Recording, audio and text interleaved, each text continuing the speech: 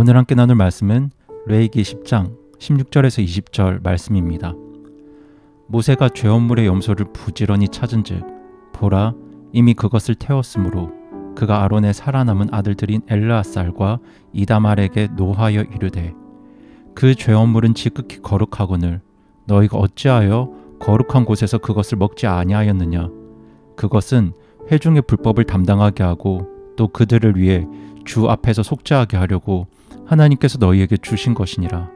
보라 너희가 그것의 피를 성소 안에 들여오지 아니하였나니 참으로 그것은 내가 명령한 대로 너희가 성소에서 먹었어야만 하였느니라 하매 아론이 모세에게 이르되 보라 이날에 그들이 자기들의 죄업물과 번제업물을 주 앞에 드렸어도 그런 일들이 내게 임하였거늘 오늘 내가 죄업물을 먹었더라면 주께서 보시고 그것을 받으셨으리요 하매 모세가 그 말을 듣고 만족해 하더라. 아멘. 오늘 저는 레위기 10장 16절에서 20절 말씀을 본문으로 사랑 안에서 진리로 이끄시는 우리 하나님에 대해서 성도님들과 말씀을 나누길 원합니다. 레위기 10장에서 모세는 아론과 살아남은 두 아들들이 제사를 드리는 것도 중요하지만 제사를 드리고 난 다음에 그 남은 희생물을 먹는 것이 중요하다고 말합니다. 특별히 죄헌물이나 화평헌물의 경우에는 제사를 드리고 남은 고기까지 먹어야만 그 제사들이 온전한 제사가 되었습니다. 그렇게 아론과 그 아들들은 제사를 드리고 남은 음식들을 먹어야 했습니다. 이것은 제사장에게 선택사항이 아니라 반드시 먹어야 하는 것이었습니다. 이때 모세는 그들이 어떤 음식을 먹을 수 있는가를 다시 한번 확인해 주었습니다. 오늘 본문 앞서 있는 레위기 10장 12절에서 15절 말씀을 보면 우선 곡물 중에서는 누룩을 넣지 않고 만든 빵은 가장 거룩한 제물이기 때문에 제단 옆에서 제사장들만 먹어야 했습니다. 그리고 백성들이 하나님께 드리는 화평헌물 중에 흔들어 바치는 가슴 고기와 높이 들어 올려 드리는 어깨 부위는 정결한 곳이면 어디에서든지 제사장과 그 가족들이 함께 먹을 수 있었습니다. 이미 언급된 규정을 다시 한번 모세가 이곳에서 강조하는 이유는 아론과 아들들이 하나님께 드리는 제사를 집례할 때 꼭 하나님께서 지시하신 방법에 따라서 진행해야 한다는 점을 강조하기 위해서였습니다. 취임 첫날에 두 제사장이 죽어나간 상황에서 이런 반복은 결코 잔소리가 될 수 없었습니다. 이들이 하나님께 드리는 제사와 예배를 집례할 때 더 이상 실수를 하지 않으려면 이미 수차례 선포된 하나님의 규례를 귀가 따갑도록 들어서 그 마음에 새겨야 했습니다. 만약 그들이 착각해서 조금이라도 실수하면 생명을 잃을 수 있기 때문입니다. 그런데 여기서 사건이 벌어집니다. 백성들이 하나님께 드린 죄업물은 원래 기름 부분만 제단에서 태우고 나머지는 제사장들이 먹게 되어 있었습니다. 그런데 오늘 아론과 그 아들들은 이날 백성들이 바친 죄헌물을 먹지 않았고 모두 제단에서 태워버렸습니다. 그때 모세는 화가 나서 아론과 그 아들들을 야단칩니다. 이 모세의 꾸중 안에는 죄헌물의 목적이 정확하게 밝혀지고 있습니다. 모세는 엘르아살과 이다말에게 그것은 회중의 불법을 담당하게 하고 또 그들을 위해서 주 앞에서 속죄하게 하려고 하나님께서 너희에게 주신 것이니라 라고 말합니다. 이것은 제사장들이 죄헌물을 먹음으로 인해서 백성들의 죄가 용서받게 된다는 뜻이기도 합니다. 달리 말하면 제사장들이 남은 그 죄헌물을 먹지 않을 때 제물을 드린 백성들의 죄가 용서받지 못할 수도 있다는 것을 뜻합니다.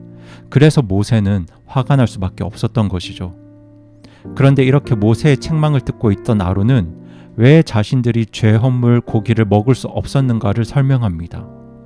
오늘 자기 두 아들이 하나님께 범죄하여 죽은 상황에서 자신이 무슨 낯으로 하나님 앞에서 제사장의 몫을 당연하다는 듯이 찾아 먹을 수 있겠냐는 것이죠. 이날만큼은 아론과 그의 아들들이 죄헌물 고기를 먹지 않는 것에 대해서 하나님께서 이해해 주시고 용서해 주시기를 기대했던 것입니다. 그리고 모세가 그 이야기를 들었을 때 아론의 심정을 이해하고 더 이상 그것에 대해 말하지 않았고 20절을 보면 하나님께서도 그런 아론의 아픈 마음을 헤아리셨던 것 같습니다. 저는 오늘 사건에서 우리가 크게 두 가지 교훈을 얻을 수 있다고 생각합니다. 먼저 첫 번째 교훈은 예배는 예배자 중심이 아니라 예배를 받으시는 하나님 중심으로 드려져야 한다는 것입니다.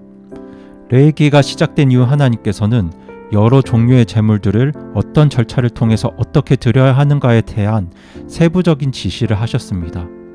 어떻게 생각하면 이러한 절차들은 지나치게 까다롭고 필요 이상의 스트레스를 조성하는 것처럼 느껴질 수 있습니다. 하지만 하나님께 드리는 예배라면 하나님이 원하시는 방법에 따라 드리는 것이 당연합니다. 그리고 그런 하나님의 방법 안에는 분명 우리들을 향한 선하신 목적과 섭리가 있음을 믿어야 합니다. 그리고 그렇게 하나님을 향한 믿음이 있는 사람만이 하나님의 방법을 따를 수 있고 하나님께 순종할 수 있습니다. 나답과 아비후가 죽게 된 이유도 어찌 보면 바로 여기에 있었던 셈이죠. 그리고 우리가 살펴볼 두 번째 교훈은 법도와 규례에도 예외가 있을 수 있다는 사실을 의식해야 한다는 것입니다. 아론과 그 아들들은 분명 백성들이 죄 헌물로 드린 고기를 먹어야 했습니다. 하지만 아론은 두 아들이 죽은 마당에 도저히 그 제물을 먹을 수 없었습니다. 그래서 모두 제단에서 태웁니다. 어떻게 생각하면 아론과 아들들은 하나님께서 주신 제물 규례를 어긴 것이죠. 하지만 아론은 두 아들을 한순간에 잃은 아버지로서 도저히 그 고기를 먹을 수 없을 만큼 슬퍼했습니다. 그리고 모세도 처음에는 아론을 야단쳤지만 자초지정과 아론의 심정을 들은 후에는 더 이상 이 일에 대해서 문제 삼지 않았습니다.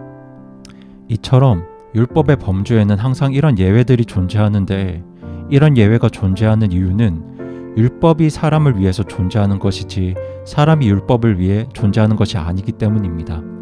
하나님께서 이스라엘 백성들에게 율법을 주시고 그리고 오늘 우리들에게 하나님 말씀과 기준을 주시는 이유는 바로 우리들을 위해서입니다. 그런데 오늘 본문을 어떻게 보면 하나님이 이랬다가 저랬다가 하시는 원칙 없는 분으로 느껴질 수도 있습니다. 하지만 우리가 레위기를 포함해서 성경 전체를 관통하고 있는 하나님의 성품을 알고 있다면, 은혜와 진리가 충만하신 우리 하나님을 깊이 알고 있다면 우리는 오늘 사건 속에서 우리들을 향한 하나님의 선하심을 발견할 수 있습니다. 하나님께서 우리들을 위해서 세밀하게 인도하시는 길과 그 하나님의 기준들을 우리가 무시하고 따르지 않을 때 하나님께서는 우리를 징계하고 책망하실 수 있습니다. 하지만 그 징계와 책망 안에는 하나님의 선하심이 분명히 있습니다. 그리고 때로는 우리가 큰 슬픔과 낙심에 빠져서 도저히 하나님께서 말씀하시는 대로 살 수 없을 것 같은 그런 절망과 낙심의 순간을 경험하기도 합니다. 그럴 때 하나님께서는 우리를 책망하시고 채찍질하시기보다 우리를 위로하시고 격려하시며 우리가 다시 일어설 때까지 기다려 주시는 분이기도 하십니다. 저는 이런 하나님의 역사 속에도 하나님의 선하심이 있다고 믿습니다. 만약 하나님께서 회사 사장님처럼 우리를 비인격적으로 대하시는 분이라면 아마도 우리들을 일관성 있게 대하실 것입니다. 하지만 오늘 본문에서처럼 하나님이 이랬다 저랬다 일관성 없어 보이는 모습은 마치 사랑하는 자녀들을 양육하는 부모님의 모습과 너무 닮아 있습니다. 사장님은 일관성 있을 수 있지만 부모님은 자녀들을 사랑하기 때문에 그 일관성을 유지하기가 참 힘든 것이죠. 사랑 안에서 진리로 우리를 이끄시기 위해서 고군분투하시는 하나님의 모습이 이런 나답과 아비후 그리고 아론의 가족들 이야기 속에서 옅게나마 비춰지고 있는 것 같습니다. 그리고 이와 같은 하나님의 선하심은 오늘 우리를 향해서도 동일하게 있다는 사실을 성도님들께서 꼭 기억해 주시기 바랍니다. 그런 하나님의 선하심과 인도하심을 믿고 사랑 안에서 진리로 우리를 인도하시는 그 하나님을 더 의지하며 살아가는 저와 여러분이 되기를 간절히 소망합니다.